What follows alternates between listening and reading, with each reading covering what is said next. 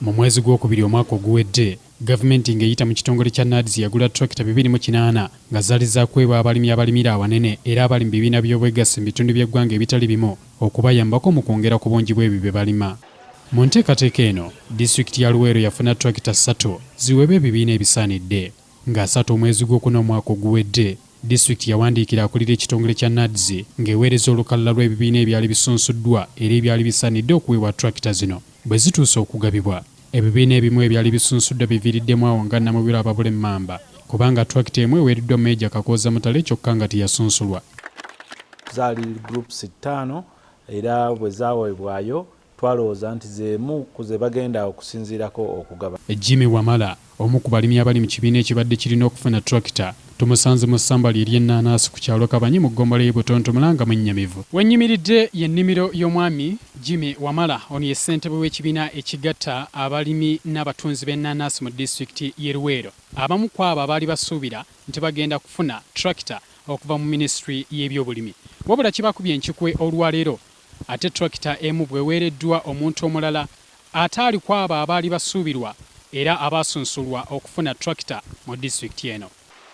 Wamala agamba nti mu kibiina kyabwe Luweero Pineapple Farmers and Traders Association balina bammemba 40 era baasaba ttulakita esobole okubayamba kubanga ennimiro zibayinza obunene. Bw'oba okola kontulakiti n'omuwalabu akugamba onoosobola okunsapurayinga ennaanansi ttani bwe ziti, ogenda oteeberezaamu ng'oteekeddwa kukozesa ttulakita.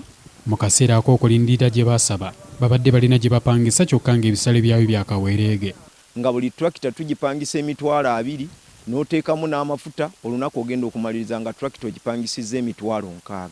Ayongerako nti obukwakkulizo bwonna bwe baabaterawo baabutuukiriza, kyokka kibabuuseeko okulaba nga ttulakita ebadde erina okubaweebwa egenda bwa muntu mulala. Baasooka otugamba muwezaako miliyoni 25 ku akawunti, bagenda okusanga nga ku akawunti yaffe kuliko miliyoni 7. Ssentebe wa disitulikiti y'e Luweero naye agamba ensonga eno ebatabudde. Naye okusinziira ku lisiti eyakomyewo, naffe twekanzeemu ne tugamba nti oba kino kyavudde ku ki. Akulira abakozi mu disitulikiti eno agamba nti Meeja Kakooza Mutale yataddemu ssente okufuna ttulakita eno era agenda kugisasula. Si ya bwereere, tugimuwadde naye agenda gisasula kibanja ki mpola. Meeja Kakooza Mutale atubulidde nti ttulakita eno yagisaba minisita w'ebyobulimi nga 26 January w'omwaka oguwedde era agitwala mu faamu yeesangibwa ku kyalo Matembe mu ggombolola y'e Kamira okwongera okutumbula ebyobulimi kono okusomesa abalimi ennimi ey'omulembe.